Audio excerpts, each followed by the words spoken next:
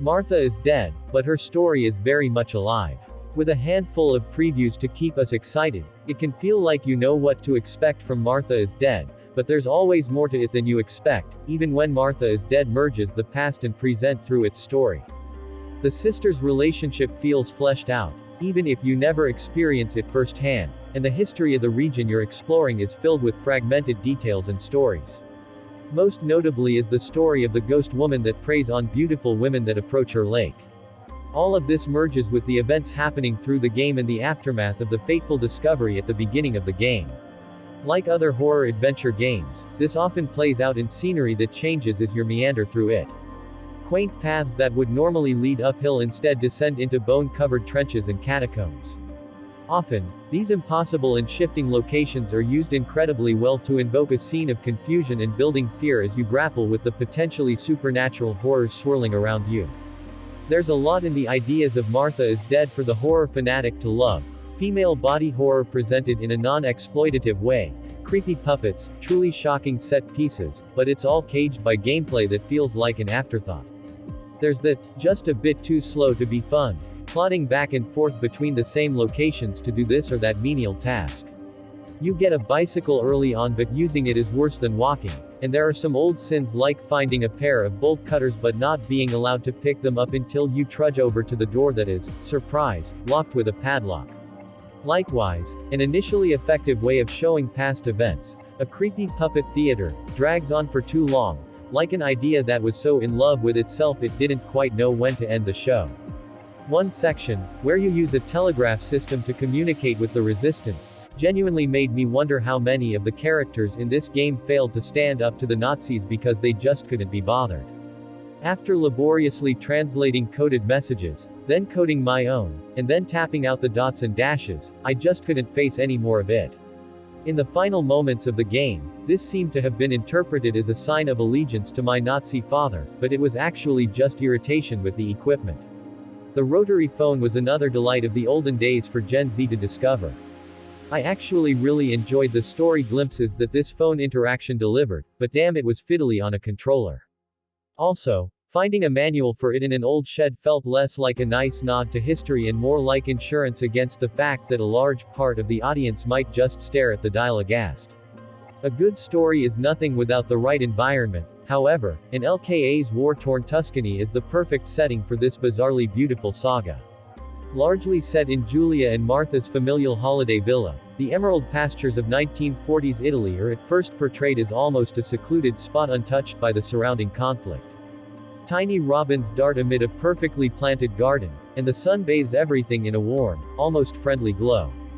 Things quickly go from idyllic to insidious, as with the night comes the roaming white lady, the specter of a young woman whose life was so brutally snatched away. As the dawn breaks, German troopers shoot partisans in the neighboring forests, mutilating their victims beyond identification. Night falls once more, and bombs hit the family church, reducing this beacon of sanctuary to nothing but fire and rubble. As Julia's paranoia intensifies, the setting evolves with it, accompanied by a haunting soundtrack characterized by strings and rumbling bass. Contrasting starkly to the upbeat jazz music inherent of the time, Martha is Dead isn't just about the gameplay, it's about how it makes you feel. That niggling sense of unease at the back of your head is somewhat thrilling despite the danger that it spells. It's exhilarating, exciting, and absolutely terrifying, all at the same time. Worse still is the side plot where you can choose to dob your dad in and help the anti-fascist resistance. I'd have been all for it if it didn't mean laboriously deciphering and sending actual Morse code via a stashed telegram machine, which involves an additional compounding layer of tedium involved with matching letters to code words.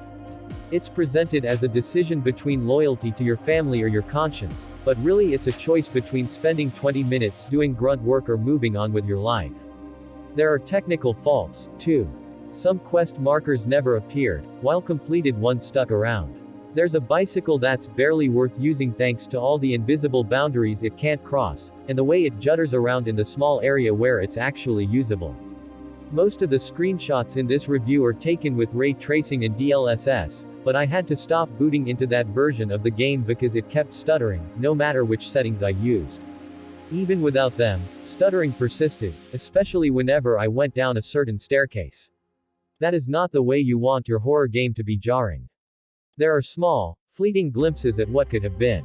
A few scenes dip into strange, surreal imagery that might have been genuinely unsettling if I hadn't been desensitized from all the corpse ogling. In any case, though, those scenes don't build towards a satisfying conclusion. Near the end you're asked a series of questions about which events you think were real, and as best I can tell the game goes along with whichever answers you choose to give. There's nothing wrong with a dash of ambiguity, but I'd rather not be drenched in it, and it's a poor companion to indifference. There are other sections in Martha is Dead, where you send messages using Morse code and unlock crypts on the quiet. But there are also certain moments that are completely horrible in what you have to do, absolutely vile. It is this though which makes the game effective, all as you have a hand in recreating the horror. You are part of it. Yes, there are a few minor glitches too, but nothing to write home about. Martha is Dead also looks amazing. It's a brilliant document of historical accuracy in regards to the interiors of the house, phone, darkrooms, and cameras. The lighting is effective and brilliantly used, giving the game a haunting quality throughout. The invention is also found in the more creative aspects, particularly the tarot card set design and a puppet theater that you interact with to tell the story. These are works of genius. Thankfully, the story is generally entertaining and well told. While Martha is Dead describes itself as a psychological horror, it's not. Not really.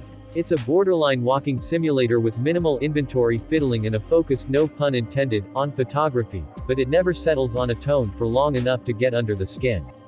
It's a parade of repellent sequences interspersed with episodic narrative, which to the game's credit is interestingly presented with authentic Italian voice acting and music, though we felt some of the tunes were a little too generic, creepy. The setting is original, too. It's 1944 Italy, and rendered somewhat exquisitely, with the World War II backdrop factoring into both the story and the gameplay. The sweeping landscapes of Tuscany are visually arresting, and the darker sequences do well to foster atmosphere. Martha's family home feels authentic and lived in, and Julia's plight is discernible and enhanced by the mise-en scene. The player is encouraged to look at everything in the house and its surroundings, as some objects can trigger side quests. The same goes for the numerous items which can be photographed. Gilia is a keen photographer, and taking photos of certain things, particularly in the woods, can also lead to new missions. When all was said and done, as the credits rolled on Martha is Dead, and we listened to its beautifully haunting credits theme, we sat there for a while trying to digest what we'd just played. Or desperately curious, more than with any other game in recent memory, to see how this game will be addressed and discussed when it's released and a wider audience gets its hands on it. While some players will claim it to be an important game that deals with difficult subjects and is essential in pushing the medium forward, there will doubtless be others who will believe it goes too far.